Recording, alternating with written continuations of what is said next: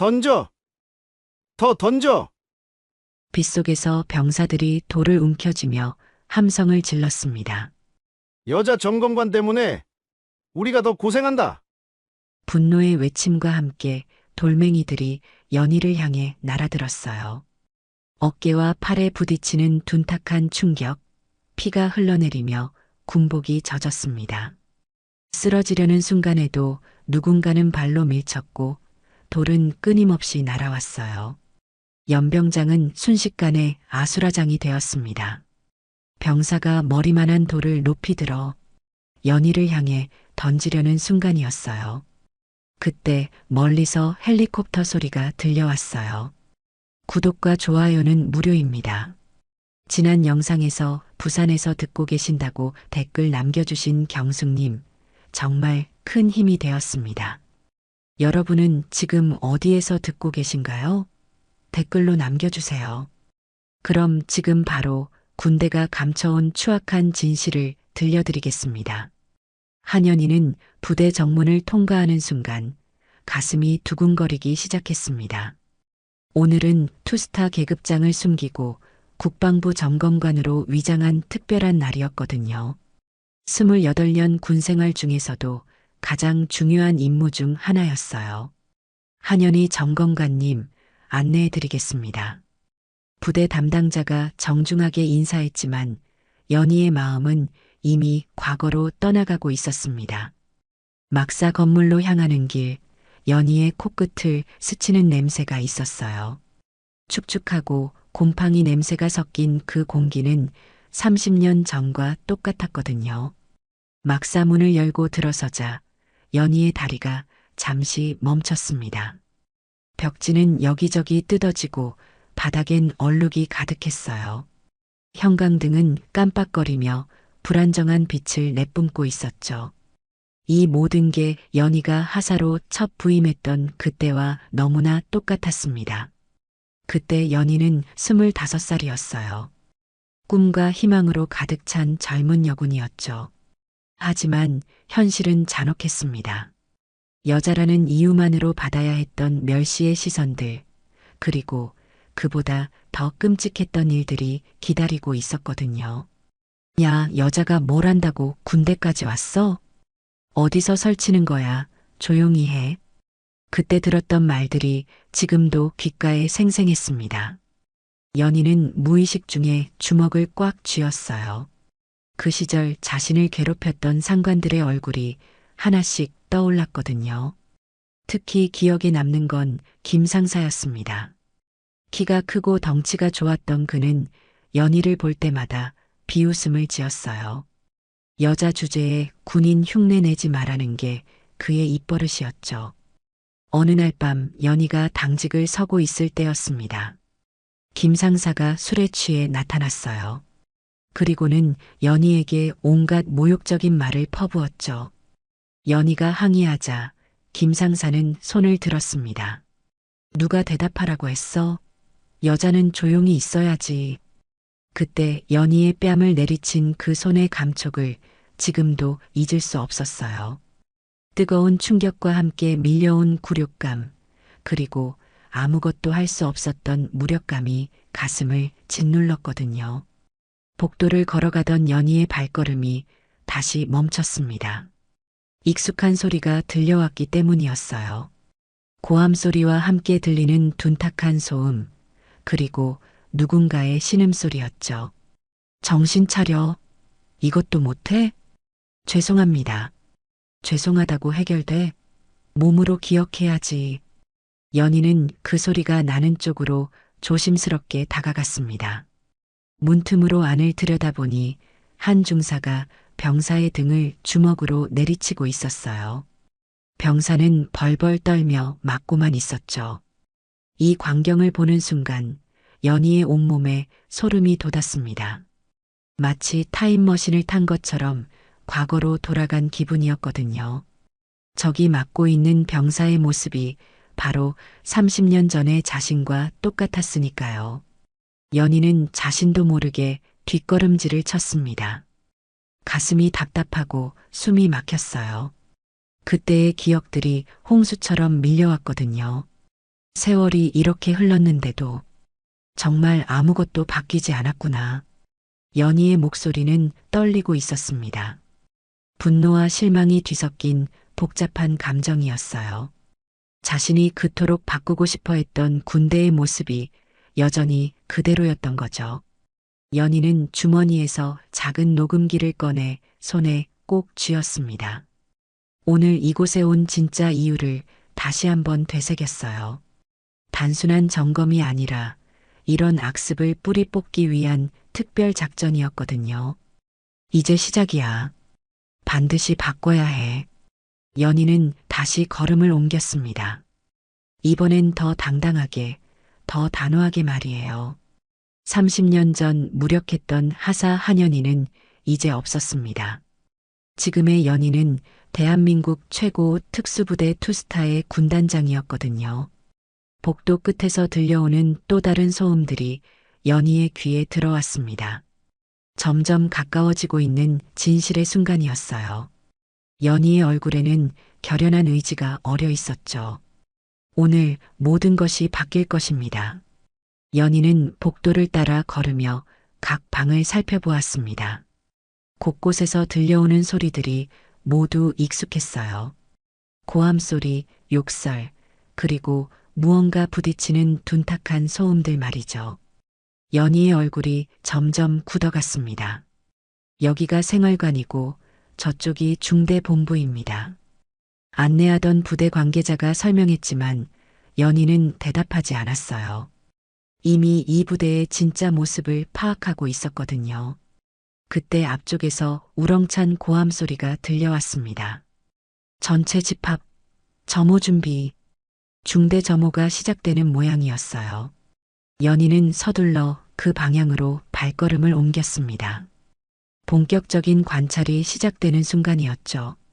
넓은 강당 같은 곳에 병사들이 일렬로 서 있었습니다. 모두 긴장한 얼굴로 정면을 바라보고 있었어요. 그 앞에는 덩치 좋은 중사 한 명이 서 있었죠. 오늘 외부 점검관이 오셨다. 최 중사라고 가슴팻에 적힌 그 남자가 큰 소리로 외쳤습니다. 그러자 병사들의 시선이 일제히 연희 쪽으로 향했어요. 최 중사의 눈이 연희를 훑어보기 시작했습니다. 위에서 아래로, 아래에서 위로 천천히 말이에요. 그 시선에는 명백한 무시와 조롱이 담겨 있었죠.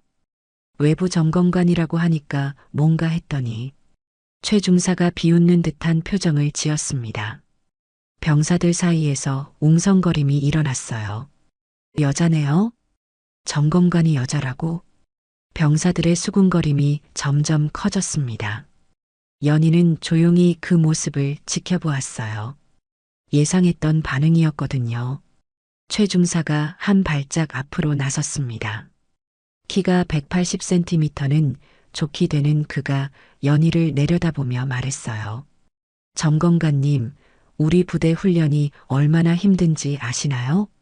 물론 알고 있습니다. 연희가 차분하게 대답했지만 최 중사는 만족하지 않는 듯 했어요. 아는 것과 직접 해보는 건 다르죠. 그럼 훈련에 얼마나 버티는지 직접 보겠습니다. 최 중사의 목소리에 도전적인 기운이 섞여 있었어요. 병사들도 긴장한 표정으로 상황을 지켜보고 있었죠. 민간 여자가 우리 훈련을 제대로 평가할 수 있을지 의문이거든요. 그 말에 몇몇 병사들이 킥킥거리며 웃었습니다. 연희는 여전히 침착했어요. 이런 상황도 이미 예상했던 거였거든요. 그럼 무엇을 하면 되나요? 간단합니다. 자갈 양동이 얼차려 1시간만 버텨보세요. 최 중사가 손가락으로 구석에 있는 양동이를 가리켰습니다. 자갈이 가득 든 무거운 양동이였어요. 민간인에게 군사훈련을 강요하는 건 부적절하지 않나요? 연희가 조심스럽게 말했지만 최 중사는 코웃음을 쳤어요. 점검관이라면서 훈련도 못하면 뭘 점검한다는 거죠? 그냥 구경만 하고 가실 건가요? 병사들 사이에서 웅성거림이 더 커졌습니다. 연희를 바라보는 시선들이 점점 노골적으로 변했어요. 저 아줌마, 금방 포기하겠지? 여자가 뭘 할 수 있다고. 우리보다 훈련을 잘한다고? 말도 안 돼. 연희는 병사들의 수군거림을 들으며 마음을 굳혔습니다. 여기서 물러서면 아무것도 할 수 없을 거였어요. 알겠습니다. 해보겠습니다. 연희의 대답에 최중사의 입꼬리가 올라갔어요. 마치 먹잇감을 발견한 사냥꾼 같은 표정이었죠. 좋아요. 그럼 시작해봅시다. 최중사가 손뼉을 쳤습니다. 그러자 몇몇 병사들이 달려가서 양동이를 연희 앞으로 가져왔어요. 연희는 양동이를 들어 올렸습니다. 생각보다 무거웠지만 견딜만 했어요. 28년간 꾸준히 해온 체력 단련의 결과였죠. 머리 위로 올려야죠. 최중사가 큰 소리로 지시했습니다. 연희는 양동이를 머리 위로 올렸어요. 그 순간이었습니다. 최중사가 병사들을 향해 소리쳤어요. 너희들도 같이 해. 여자한테 뒤지면 군인 맞냐? 병사들이 당황하며 서로를 바라봤습니다. 갑작스러운 상황이었거든요. 빨리 안 해? 저 아줌마보다 못하다고 인정하는 거야? 최중사의 조롱에 병사들이 어쩔 수 없이 움직이기 시작했어요. 각자 무거운 물건들을 들고 연희 옆에 섰죠. 이건 뭐 하는 거죠? 한 병사가 작은 목소리로 물었습니다. 닥치고 해. 질문하지 마. 최중사가 버럭 소리를 지르자 병사들이 움츠러들었어요. 연희는 이 상황을 조용히 지켜보고 있었습니다. 점점 상황이 이상한 방향으로 흘러가고 있었거든요. 여자 점검관 때문에 우리가 고생이네. 왜 우리까지 이래야 하는 거야? 병사들 사이에서 불만의 목소리가 흘러나왔습니다. 하지만 그들의 분노는 최중사가 아닌 연희를 향하고 있었어요. 최중사는 이런 분위기를 보며 만족스러운 표정을 지었습니다. 자신의 계획대로 되어가고 있었거든요. 연희는 이 모든 상황을 마음속으로 기록하고 있었어요. 이것이 바로 자신이 찾던 증거였거든요. 연희가 자갈 양동이를 머리 위로 든 지 10분이 지났습니다. 옆에 선 병사들도 각자 무거운 장비를 들고 버티고 있었어요. 처음엔 조용했던 분위기가 점점 무거워지고 있었죠. 어때요? 힘들지 않나요? 최중사가 연희를 보며 비웃듯 물었습니다. 하지만 연희는 여전히 꿋꿋하게 양동이를 들고 있었어요. 괜찮습니다. 연희의 차분한 대답에 최중사의 표정이 살짝 굳었습니다. 예상보다 쉽게 포기하지 않는 모양이었거든요. 그럼 좀 더 재미있게 해볼까요? 최중사가 손을 들어 다른 간부들을 불렀습니다.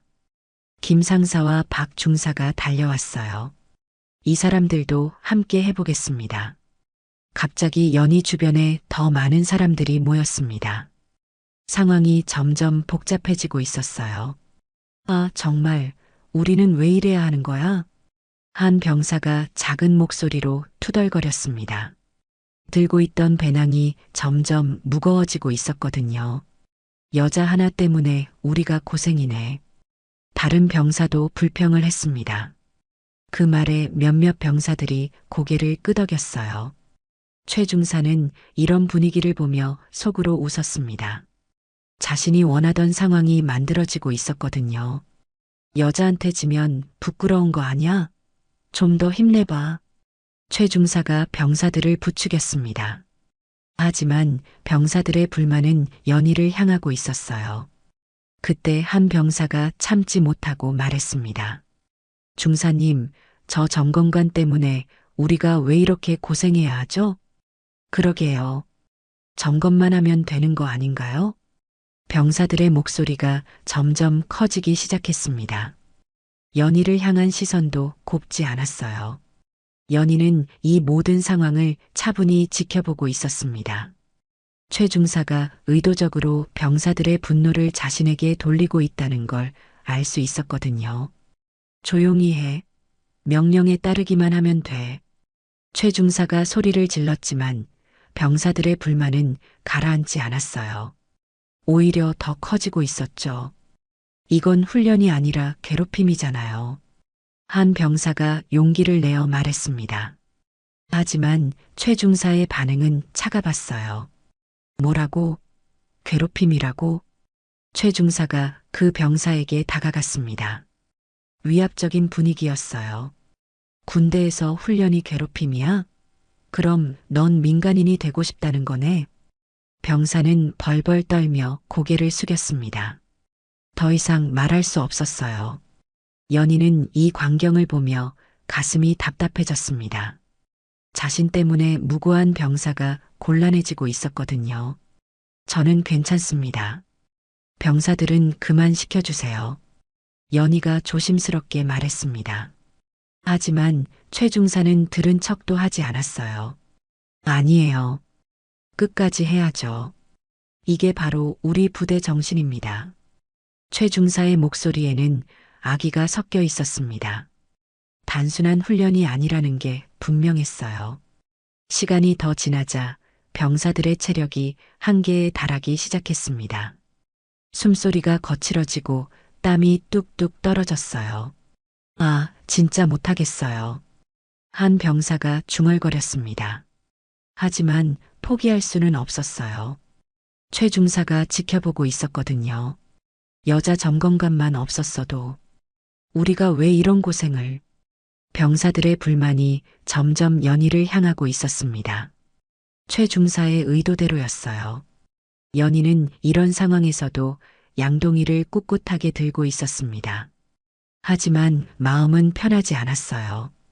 병사들이 자신을 원망하는 시선이 느껴졌거든요. 그때 김 상사가 나서서 말했습니다. 이제 좀 더 재미있게 해볼까요? 경쟁을 붙여봅시다. 경쟁이요? 네. 누가 가장 오래 버티는지 보는 거죠. 꼴찌는 벌칙이 있고요. 김 상사의 제안에 병사들의 얼굴이 더욱 굳어졌습니다. 이미 한계에 달했는데 경쟁까지 해야 한다니요. 벌칙이 뭔데요? 한 병사가 떨리는 목소리로 물었습니다. 글쎄요. 그때 가서 정하죠. 김 상사가 으스스하게 웃었습니다. 분위기가 점점 이상해지고 있었어요. 연희는 주변 상황을 계속 관찰하고 있었습니다. 이들의 행동 하나하나가 모두 기록되고 있었거든요. 병사들 사이에서 긴장감이 높아지고 있었습니다. 서로를 경계하는 눈빛들이 교차했어요. 동료였던 그들이 갑자기 경쟁자가 되어버린 거였죠. 이거 정말 이상한데. 한 병사가 작게 중얼거렸지만 아무도 대답하지 않았어요. 모두 자신의 일로 바빴거든요. 연희는 이런 분위기 속에서도 침착함을 잃지 않았습니다. 이제 진짜 시작이라는 걸 알고 있었어요. 경쟁이 시작된 지 1시간이 넘었습니다. 병사들의 얼굴에는 극한의 피로가 역력했어요. 땀이 비 오듯 흘러내리고 있었죠. 하지만 연희는 여전히 양동이를 든 채 꿋꿋하게 서 있었습니다. 그때 하늘에서 빗방울이 떨어지기 시작했어요. 처음엔 가늘게 내리던 비가 점점 굵어졌습니다. 비 온다고 그만두는 거 아니야. 최 중사가 큰 소리로 외쳤습니다. 병사들은 절망적인 표정을 지었어요. 이미 한계에 달한 상황에서 비까지 내리기 시작한 거였죠. 비가 점점 세게 내리기 시작했습니다. 옷이 흠뻑 젖고 시야도 흐려졌어요. 바닥은 미끄러워졌고 양동이를 든 손도 미끄러웠죠. 병사들의 신음소리가 빗소리와 함께 섞여 들렸습니다. 아, 진짜 못하겠어요. 한 병사가 비명을 지르며 주저앉았습니다. 20대 초반으로 보이는 그 병사는 온몸이 부들부들 떨리고 있었어요. 얼굴은 창백했고 입술은 파래져 있었죠. 아, 누가 주저앉으라고 했어? 최 중사가 달려가서 그 병사를 발로 찼습니다. 병사는 비에 젖은 땅바닥을 굴렀어요. 진흙이 온몸에 묻었지만 일어날 힘이 없어 보였습니다. 일어나, 빨리. 최 중사의 발길질이 계속됐습니다. 이번엔 옆구리를 향해 더 세게 찼어요. 병사가 으악 하며 신음을 내뱉었죠. 다른 병사들은 이 광경을 보며 벌벌 떨었습니다. 자신들도 언제 저렇게 될지 모른다는 공포가 엄습했거든요. 꾀병이야. 군인이 이 정도로 쓰러져? 최 중사가 다시 병사를 발로 찼습니다. 이번엔 등을 향해서요. 병사는 흙바닥에서 굴러다니며 울먹거렸어요. 연희는 참을 수 없었습니다. 양동이를 내려놓고 그쪽으로 다가갔어요. 더 이상 방관할 수는 없었거든요. 그만하세요. 이건 너무 심한 거 아닌가요? 연희가 최 중사를 막아섰습니다. 그 순간 최 중사의 눈에 분노가 타올랐어요. 자신의 권위에 도전하는 것으로 받아들인 거였죠. 뭐, 당신이 뭔데 나서는 거야? 최 중사의 목소리에는 살기가 섞여 있었습니다. 덩치도 연희보다 훨씬 컸고 위협적인 분위기를 풍겼어요. 점검관으로서 말하는 겁니다. 이건 훈련이 아니라 폭력이에요. 연희의 단호한 목소리에 주변이 조용해졌습니다. 병사들도 모두 이쪽을 바라보고 있었어요. 긴장감이 극도로 높아졌죠. 폭력이라고? 최 중사가 비웃었습니다. 그리고 주변 병사들을 둘러보며 말했어요. 들었지? 저 점검관이 뭐라고 하는지. 우리 훈련을 폭력이래. 병사들은 어떻게 반응해야 할지 몰라 했습니다. 연희를 지지하고 싶었지만 최 중사의 보복이 무서웠거든요. 김 상사와 박 중사도 다가왔습니다. 연희를 에워싸는 형태가 되었어요. 점검관님, 너무 간섭하시는 거 아닌가요? 김 상사가 음험한 목소리로 말했습니다. 우리 부대 일에 민간인이 왜 그렇게 참견을 하시죠? 박 중사도 한마디 거들었어요. 3명의 간부가 연희를 압박하고 있었죠. 그때 한 병사가 땅에서 돌멩이를 집어들었습니다. 주먹만 한 크기의 날카로운 돌이었어요. 병사의 손이 떨리고 있었죠. 여자 점검관 때문에 우리가 더 고생한다. 그 병사가 소리쳤습니다. 비에 젖어 흥분한 상태였어요. 눈에는 분노와 절망이 뒤섞여 있었죠. 그래, 저 여자만 없었으면 이런 일도 없었을 거야. 다른 병사도 돌을 집어들었습니다. 분위기가 급격히 험악해지고 있었어요. 집단 히스테리 현상이 일어나고 있었죠. 맞아. 우리가 왜 이런 고생을 해야 하는 거야? 다 저 여자 때문이야. 병사들의 외침이 빗소리를 뚫고 울려 퍼졌습니다. 하나둘씩 돌을 집어드는 병사들이 늘어났어요. 연희는 이 상황을 보며 소름이 돋았습니다. 자신을 향한 적개심과 사리가 느껴졌거든요. 하지만 여전히 침착함을 유지하려 했어요. 진정하세요. 저는 여러분을 도우려고 온 겁니다. 연희가 차분하게 말했지만 병사들은 들으려 하지 않았어요. 도우려고? 우리를 더 괴롭게 만들어 놓고? 당신 때문에 우리가 이런 지옥 같은 훈련을 받는 거잖아요. 병사들의 목소리가 점점 커졌습니다. 이성을 잃고 감정적으로 변해가고 있었어요.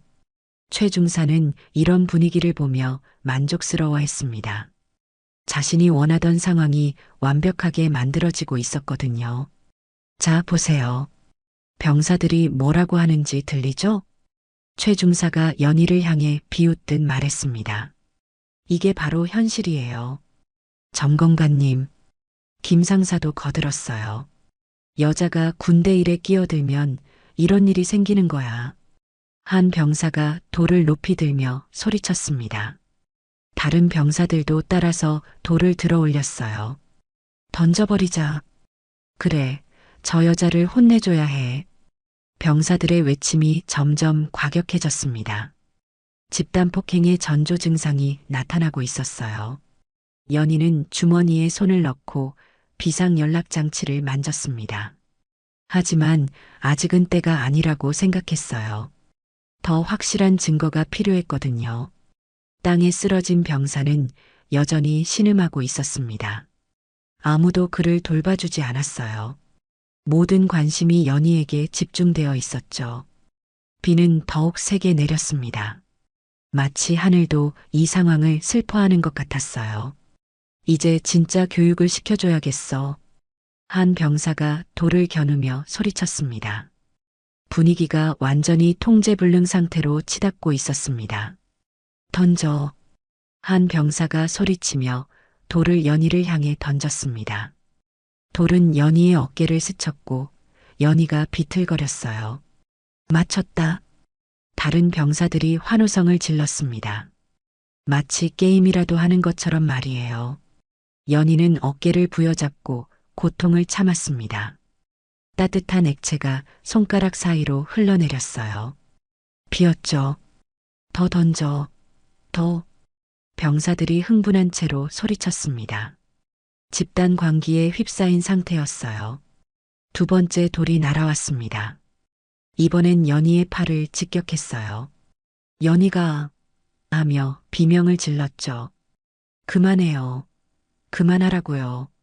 한 병사가 울먹이며 소리쳤습니다. 20대 초반으로 보이는 그 병사는 겁에 질린 얼굴로 동료들을 말렸어요. 왜 그래? 무서워? 돌을 던진 병사가 비웃었습니다. 이건 잘못된 거야. 사람을 돌로 때리는 게 어디 있어? 그 병사가 용기를 내어 말했습니다. 하지만 주변의 분위기는 이미 걷잡을 수 없이 악화되어 있었어요. 닥쳐. 넌 여자 편이냐? 다른 병사가 그를 밀쳤습니다. 선량한 병사는 뒤로 넘어졌어요. 우리가 이렇게 고생하는 게 다 저 여자 때문이야. 맞아. 저 여자를 혼내줘야 해. 병사들의 외침이 점점 더 격해졌습니다. 이성을 완전히 잃은 상태였어요. 세 번째 돌이 날아왔습니다. 연희는 몸을 피했지만 돌은 연희의 다리에 맞았어요. 연희가 무릎을 꿇었죠. 으악! 연희의 비명소리에 일부 병사들이 겁을 먹었습니다. 하지만 흥분한 병사들은 멈추지 않았어요. 더 던져. 최중사가 뒤에서 부추겼습니다. 직접 나서지는 않으면서 병사들을 조종하고 있었어요. 이게 바로 군대식 교육이야. 김 상사도 거들었습니다. 약한 놈은 도태되어야 한다. 박 중사까지 가세했어요. 간부들이 이런 상황을 즐기고 있었죠. 네 번째, 다섯 번째 돌이 연달아 날아왔습니다. 연희는 팔로 얼굴을 가리며 돌을 막아냈어요. 하지만 팔과 다리 곳곳에 상처가 생겼죠. 그만해. 제발 그만해. 선량한 병사들이 울면서 말렸습니다. 하지만 흥분한 병사들은 들으려 하지 않았어요. 너희들도 같이 해. 안 그러면 너희도 당한다. 한 병사가 협박했습니다. 무서운 분위기 속에서 어쩔 수 없이 돌을 집어드는 병사들이 생겼어요. 아수라장이 벌어졌습니다. 돌이 사방에서 날아왔고 병사들끼리 밀치고 다투기 시작했어요. 이건 잘못됐어. 그만둬. 닥치고 던져. 병사들 사이에 패싸움이 벌어졌습니다. 선량한 병사들과 흥분한 병사들로 나뉘어 서로 주먹을 휘둘렀어요. 연희는 이 모든 혼란 속에서도 의식을 놓지 않았습니다. 상처투성이가 되었지만 여전히 상황을 관찰하고 있었어요. 이것들아, 정신 차려. 최중사가 소리쳤지만 이미 통제불능 상태였습니다. 자신이 만든 상황이 자신의 통제를 벗어난 거였어요. 그때 또 다른 돌이 날아왔습니다. 이번엔 연희의 머리를 향해서요. 연희는 재빨리 피했지만 돌은 뒤에 있던 병사의 얼굴에 맞았어요. 아! 병사가 코피를 흘리며 쓰러졌습니다. 이제 병사끼리 다치는 상황까지 벌어진 거였죠. 아! 너 왜 나를 맞춰? 미안해. 실수야. 실수? 일부러 그런 거 아니야? 병사들끼리 더 격렬하게 싸우기 시작했습니다. 완전한 무법천지가 되었어요. 연희는 이 광경을 보며 마음이 아팠습니다. 자신 때문에 무고한 병사들이 서로 싸우고 다치고 있었거든요. 그만해요. 제발. 연희가 간신히 일어서서 소리쳤습니다. 하지만 아무도 듣지 않았어요. 비는 더욱 세게 내렸고 바닥은 진흙탕이 되었습니다. 그 속에서 병사들이 뒹굴며 싸우고 있었어요. 부상자가 계속 늘어났습니다. 코피를 흘리는 병사, 입술이 터진 병사, 눈두덩이 부은 병사들이 여기저기 널브러져 있었죠. 이게 군대다. 약한 놈은 도태돼야 한다. 최 중사가 여전히 소리치고 있었습니다. 이 모든 상황을 즐기는 것 같았어요. 그 순간 연희의 주머니에서 진동 소리가 들렸습니다. 암호화 통신기였어요. 헌병대에서 보낸 신호였죠. 연희는 통신기를 확인했습니다. 3분 전 도착이라는 메시지가 떠 있었어요. 연희는 안도의 한숨을 쉬었습니다. 드디어 구조가 올 시간이었거든요. 하지만 아직 3분이 남았습니다. 이 3분 동안 더 큰 사고가 날 수도 있었어요. 모두 진정하세요. 연희가 다시 한번 외쳤습니다. 하지만 병사들의 싸움은 더욱 격렬해졌어요. 한 병사가 더 큰 돌을 집어들었습니다. 머리만 한 크기의 돌이었어요. 이번엔 제대로 맞춰보자. 그 병사가 연희를 노려보며 말했습니다. 정말 위험한 순간이었어요. 연희는 몸을 움츠렸습니다. 하지만 도망갈 곳은 없었어요. 시간이 느리게 흘러갔습니다. 2분, 1분. 구조가 올 때까지 버텨야 했어요. 병사가 머리만 한 돌을 높이 들어 올렸습니다. 연희를 향해 던지려는 순간이었어요. 연희는 눈을 감고 몸을 웅크렸죠. 그때였습니다. 멀리서 헬리콥터 소리가 들려왔어요. 처음엔 빗소리에 묻혀 잘 들리지 않았지만 점점 가까워지고 있었죠. 뭐야, 저 소리? 병사들이 고개를 들어 하늘을 바라봤습니다. 검은 헬리콥터 한 대가 부대 상공을 맴돌고 있었어요. 헬기? 왜 헬기가 여기에? 최 중사도 당황한 표정을 지었습니다. 예상치 못한 상황이었거든요. 헬리콥터가 착륙장에 내려앉았습니다. 강한 바람이 일어나며 빗물과 흙먼지가 사방으로 흩날렸어요. 병사들이 눈을 가리며 뒤로 물러섰죠. 헬기 문이 열리자 완전 무장한 헌병들이 우르르 내려왔습니다. 검은 유니폼을 입고 총을 든 그들의 모습은 위압적이었어요. 모두 제자리에서 움직이지 마. 헌병대장이 확성기로 소리쳤습니다. 병사들은 놀라서 돌을 떨어뜨렸어요. 최 중사가 황급히 다가갔습니다. 뭡니까? 무슨 일로 여기까지? 닥치고 서 있어. 헌병이 최 중사를 밀쳤습니다. 최 중사는 당황했어요. 자신의 권위가 통하지 않는 상황이었거든요. 연희는 천천히 일어났습니다. 온몸이 아팠지만 이제 안전하다는 안도감이 들었어요. 헌병들이 연희 주변을 둘러쌌습니다. 보호막을 만든 거였죠. 괜찮으십니까? 헌병대장이 연희에게 물었습니다. 연희는 고개를 끄덕였어요. 병사들은 무슨 일이 일어나는지 몰라 했습니다. 갑자기 나타난 헌병들 때문에 완전히 얼어붙었어요. 저 점검관이 뭐길래? 한 병사가 작은 목소리로 중얼거렸습니다. 연희는 젖은 야상 상의를 벗기 시작했습니다.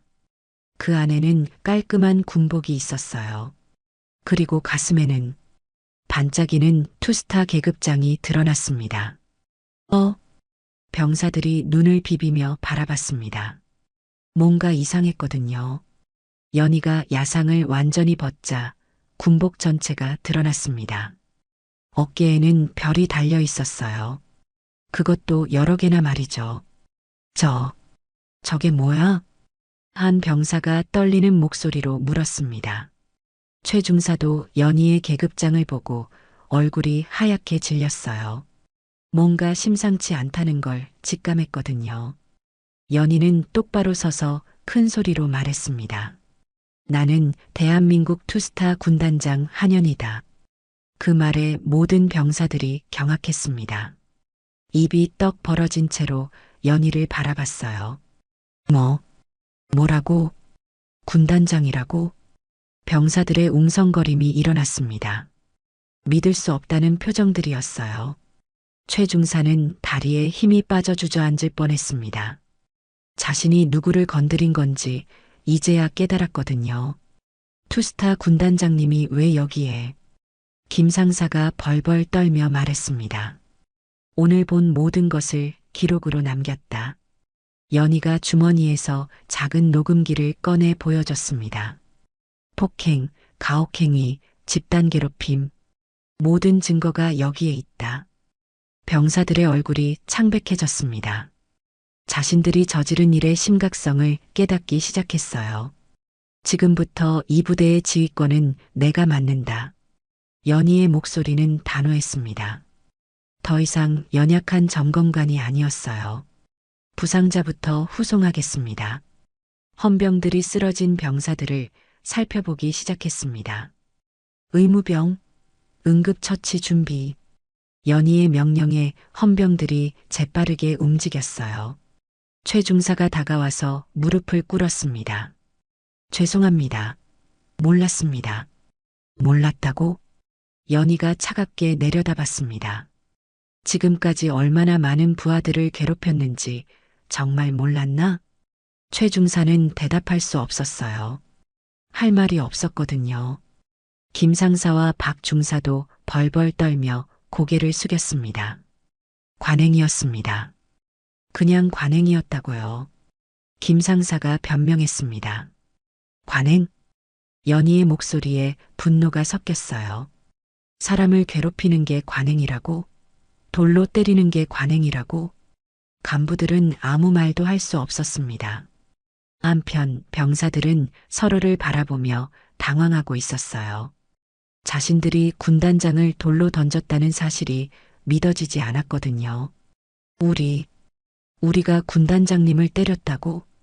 이거 완전 끝났네. 병사들의 절망적인 중얼거림이 들렸습니다.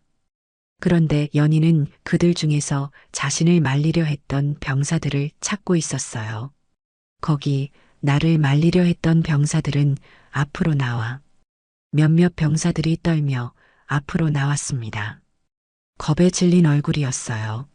너희들은 용기를 보였다. 잘못된 것을 잘못되었다고 말했지. 연희의 목소리가 부드러워졌습니다. 너희들 때문에 아직 희망이 있다는 걸 알겠다. 용기를 냈던 병사들의 눈에 눈물이 맺혔어요.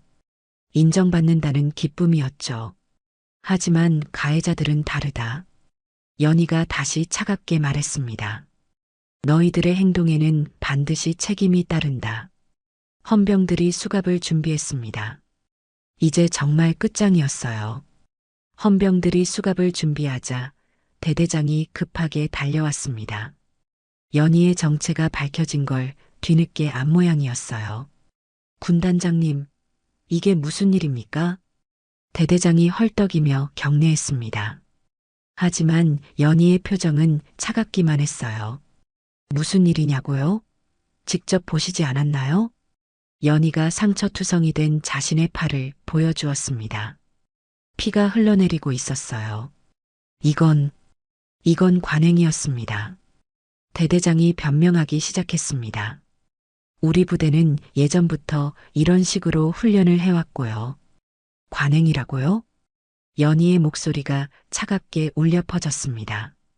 약한 병사를 걸러내려면 어쩔 수 없었습니다. 군에서는 강한 자만이 살아남을 수 있거든요. 김 상사가 거들어 말했습니다. 아직도 자신들이 옳다고 생각하는 모양이었어요.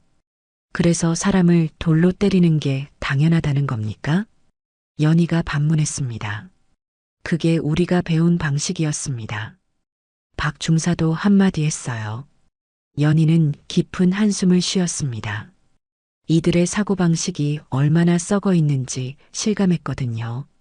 그 관행이 수십 년간 군을 병들게 했다는 걸 모르십니까?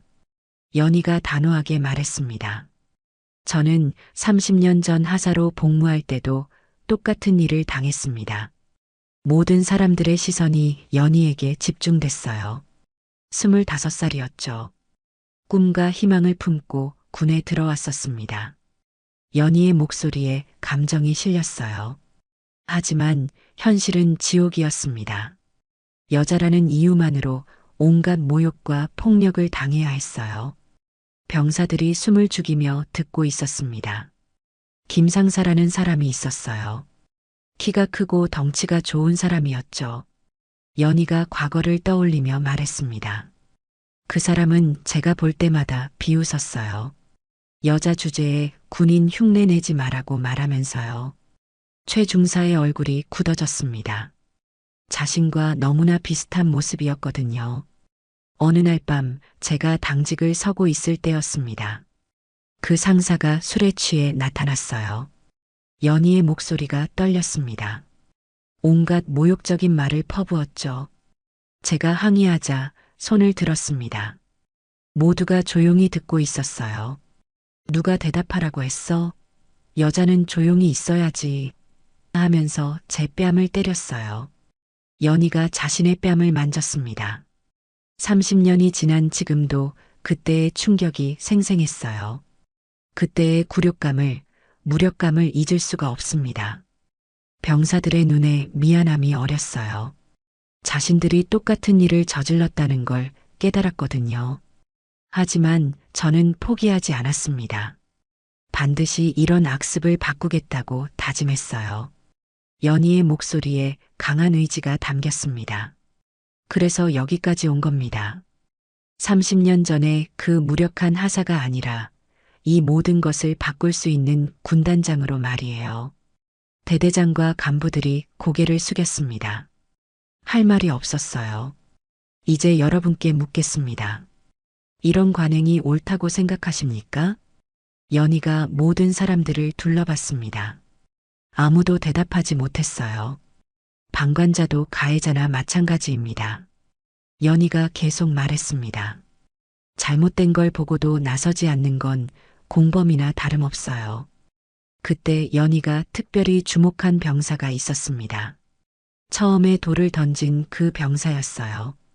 저기 첫 번째로 돌을 던진 병사, 앞으로 나와보세요. 그 병사가 떨며 나왔습니다. 얼굴이 창백했어요. 이름이 뭡니까? 이병 서민수입니다. 서민수? 어디서 들어본 이름인데요? 연희가 생각에 잠겼습니다. 그때 대대장의 얼굴이 더욱 하얗게 질렸어요. 뭔가 들킬까봐 두려워하는 표정이었죠. 혹시 서대령과 관련이 있나요? 연희가 날카롭게 물었습니다. 그게... 서민수가 말을 더듬었어요. 대답하세요. 저는 서대령의 조카입니다. 그 말에 모든 사람들이 놀랐어요. 대대장의 친척이었던 거죠. 아, 그렇군요. 연희가 대대장을 노려봤습니다. 그래서 이 병사가 그렇게 당당했던 거군요. 뒷배가 있으니까. 대대장이 식은땀을 흘렸습니다. 아닙니다. 저는 몰랐습니다. 몰랐다고요? 자신의 조카가 부대에서 뭘 하는지 정말 몰랐다는 겁니까? 연희의 추궁이 계속됐어요. 이것 보세요. 개인적 관계를 이용해서 부정행위를 은폐하려 했군요. 이제 조직적 은폐 시도까지 드러난 거였어요. 서민수는 왜 그렇게 당당하게 돌을 던질 수 있었을까요? 자신에게는 보호막이 있다고 생각했기 때문이겠죠. 연희의 분석에 모두가 고개를 끄덕였어요. 이것이 바로 썩은 조직의 전형적인 모습입니다. 연희가 결론지었어요. 권력을 이용해서 잘못을 덮고 약자를 괴롭히는 구조 말입니다. 헌병들이 수갑을 꺼냈습니다. 이제 정말 체포할 때였어요. 모든 증거가 확보됐습니다. 조직적 은폐 시도까지 말이에요. 연희의 선언에 간부들이 절망했습니다. 체포하겠습니다. 연희의 명령에 헌병들이 움직이기 시작했습니다. 최 중사와 김 상사, 박 중사가 차례로 수갑을 찼어요. 군단장님, 한 번만 봐주십시오. 최 중사가 무릎을 꿇고 애원했습니다. 하지만 연희의 표정은 단호했어요. 봐달라고요? 그럼 그 병사들은 누가 봐줬나요? 연희가 쓰러져 있는 부상병들을 가리켰습니다. 돌에 맞아 피를 흘리는 사람들은 누가 도와줬습니까? 최 중사는 대답할 수 없었어요. 대대장도 수갑을 차게 되었습니다. 조직적 은폐 시도 혐의였어요. 저는 정말 몰랐습니다. 대대장이 계속 변명했지만 증거는 명확했어요. 조카를 특별 대우해 놓고 몰랐다고 하시는 건가요? 연희가 차갑게 반박했습니다. 서민수도 수갑을 찼습니다. 가장 먼저 돌을 던진 주범이었거든요. 삼촌, 도와주세요. 서민수가 울부짖었지만 대대장도 자신이 처한 상황이 막막했어요. 한편 연희는 폭행에 가담하지 않고 말리려 했던 병사들을 불렀습니다. 용기를 보인 병사들은 이쪽으로 오세요. 5명의 병사가 떨며 나왔어요. 겁에 질린 표정이었죠. 무서워하지 마세요. 여러분은 옳은 일을 했어요. 연희의 따뜻한 말에 병사들의 긴장이 조금 풀렸습니다. 잘못된 것을 잘못되었다고 말하는 건 쉽지 않은 일이에요. 특히 이런 분위기에서는 더욱 그렇죠. 연희가 그들을 격려했어요. 여러분 같은 병사들이 있어서 군대가 바뀔 수 있다는 희망을 봅니다. 병사들의 눈에 눈물이 맺혔어요. 인정받는다는 기쁨이었죠. 표창과 함께 특별 휴가를 주겠습니다. 연희의 말에 병사들이 고마움의 인사를 했어요. 반대로 폭행에 가담한 병사들에게는 엄중한 징계가 내려졌습니다. 여러분의 행동은 군인으로서 있을 수 없는 일이었습니다. 연희가 엄숙하게 말했습니다. 하지만 이것으로 끝이 아니에요. 반성하고 새로운 사람이 될 기회를 주겠습니다. 연희는 처벌과 함께 교육의 기회도 제공했어요. 진정한 변화를 원했거든요. 부상자들은 즉시 병원으로 후송됐습니다. 연희도 상처를 치료받았어요. 다행히 큰 부상은 아닙니다. 의무병이 연희의 상처를 치료하며 말했습니다. 하지만 연희의 마음의 상처는 더 깊었어요. 30년이 지나도 변하지 않은 현실 때문이었죠. 모든 처리가 끝나자 연희는 부대 전체를 집합시켰습니다. 오늘부터 이 부대의 구호가 바뀝니다. 연희가 선언했어요. 기존의 버텨라는 지켜라, 함께 버텨라로 바뀝니다. 새로운 구호에는 깊은 의미가 담겨 있었어요. 혼자 버티는 게 아니라 서로를 지키며 함께 버티는 거예요. 병사들이 고개를 끄덕였습니다. 새로운 구호가 마음에 와 닿았어요. 약한 사람을 도태시키는 게 아니라 약한 사람을 보호하고 함께 강해지는 거예요. 연희의 말에 모든 병사들이 감동했습니다. 연희는 부대 곳곳을 둘러보며 개선점들을 지시했어요. 시설도 개선하고 교육 프로그램도 새로 만들겠습니다. 실질적인 변화를 약속한 거였어요. 무엇보다 인권을 존중하는 부대 문화를 만들어 가겠습니다. 연희의 의지는 확고했어요. 모든 일이 마무리되자 연희는 헬기에 오를 준비를 했습니다. 군단장님, 가시는 건가요? 한 병사가 아쉬워하며 물었어요.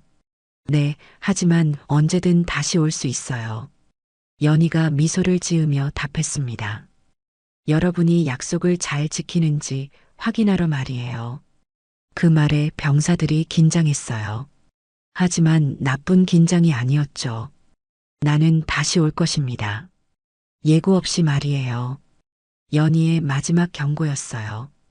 헬기가 이륙하자 남은 병사들의 얼굴에는 변화가 보였습니다. 두려움 대신 존경이, 절망 대신 희망이 자리 잡았어요. 지켜라, 함께 버텨라. 한 병사가 새로운 구호를 외쳤습니다. 지켜라, 함께 버텨라. 다른 병사들도 따라 외쳤어요. 구호 소리가 부대 전체에 울려 퍼졌습니다.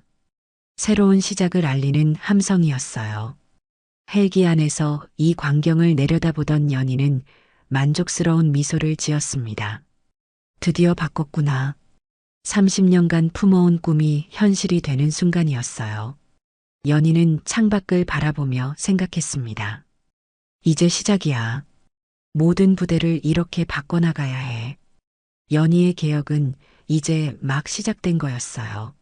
하늘 높이 날아가는 헬기처럼 연희의 꿈도 높이 날아오르고 있었습니다. 그리고 부대의 남은 병사들은 서로를 지키며 함께 성장해 나갈 것입니다. 더 이상 혼자가 아니었어요. 이제 진정한 동료가 된 거였죠. 연희의 용기가 모든 것을 바꾼 하루였습니다. 한연희 군단장의 용기는 우리에게 큰 교훈을 줍니다. 과거의 상처를 딛고 불의에 맞서는 그의 모습에서 진정한 변화는 한 사람의 용기에서 시작된다는 걸 배웠습니다. 잘못된 관행에 맞서는 것이 얼마나 어려운지, 하지만 그것이 얼마나 소중한지를 깨달았죠. 이런 감동적인 이야기가 마음에 드셨다면 구독과 좋아요 부탁드려요.